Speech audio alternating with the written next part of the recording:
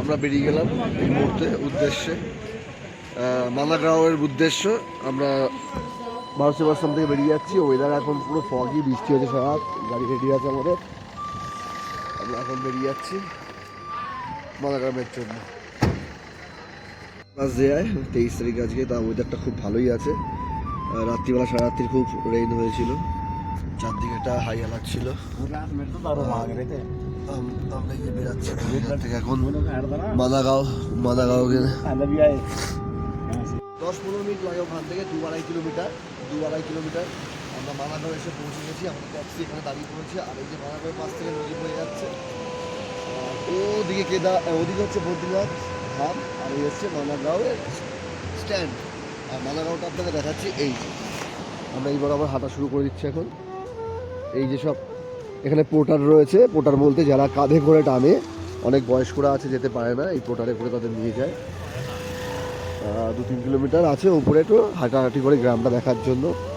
একদম মালাগের gate, first gate. এটা checkpost ছিল এখানটা, এখন বন্ধ আছে। এখান থেকে আমরা এন্ট্রান্স করবো। লোকাল এই যে চা 50 টাকা প্যাকেট। আর এটা হচ্ছে সুগার ডায়াবেটিক্সের জন্য, যেটা জড়িবুটি।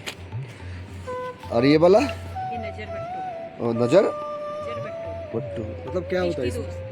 दृष्टि মানে গরমে দৃষ্টি দোষ হয় তার জন্য লাগাতে হয়। নজর ভাটি লেখা আছে। সুন্দর সুন্দর কিছু পাওয়া যাচ্ছে এখানে, মোজা এইসব। গ্রিন অ্যাপেল পেলাম মালাগাঁওয়ে, local green apple. Bhimpul, Saraswati Dham, Keshav Prayag, Ganesh Gufa আর ব্যাস গুফত। কেশব প্রয়াগ, এই যে আমাদের ঢুকছি, মন্দির হবে এটা।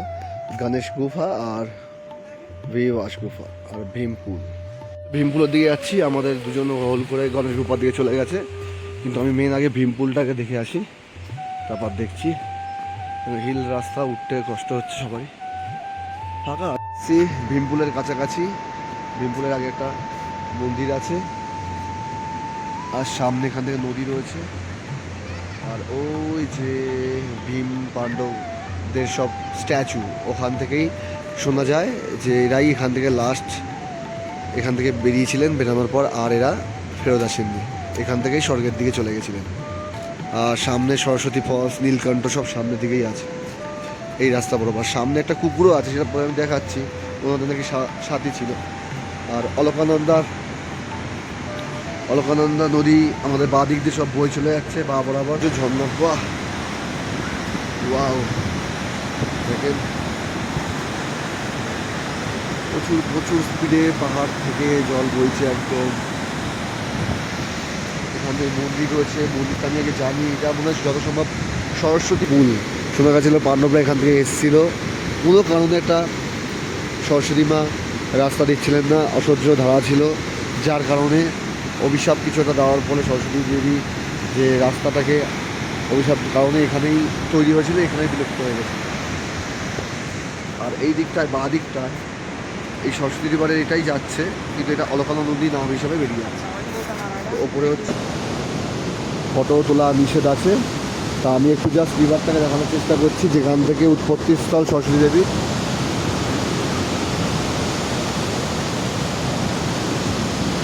অসহ্য খুব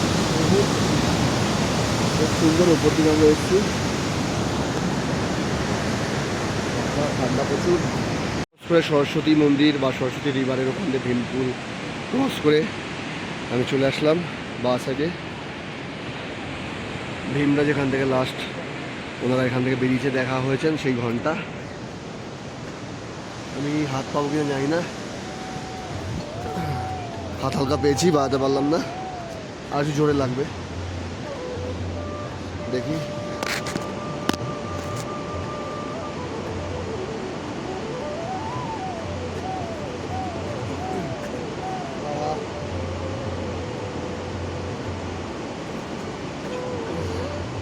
বাপরে বাপ, ও ভয় লাগলো, একা উঠতে পারলাম না, নিচে একদম খাই। এই যে সরস্বতী লোক, গরম লাগছে। এদের পুরো মূর্তি এখান থেকে স্থাপিত করে গেছে, সুন্দর লাগছে লাইন দিয়ে। ওপরের দিকে চলে যাচ্ছে সরস্বতী ফলসের দিকে রাস্তা। সবাই এখানে আই লাভ মালা, পিকচার আমি একটু উপরের দিকে এগিয়ে যাচ্ছি আস্তে আস্তে। আমাদের আরো দুজন একটু মানে যত সুন্দর গণেশ টাকের দিয়ে গেছে, আমি তাও একা একটু বেরিয়ে গেলাম। নিরিবিলি সবাই ওখানে ফটোশ্যুট করছে, আমি একটু আগে আগে বেরিয়ে গেলাম। আগে নিরিবিলি আছে, দেখা যাক। এখান থেকেই বিভিন্ন ইসে যায় আপনার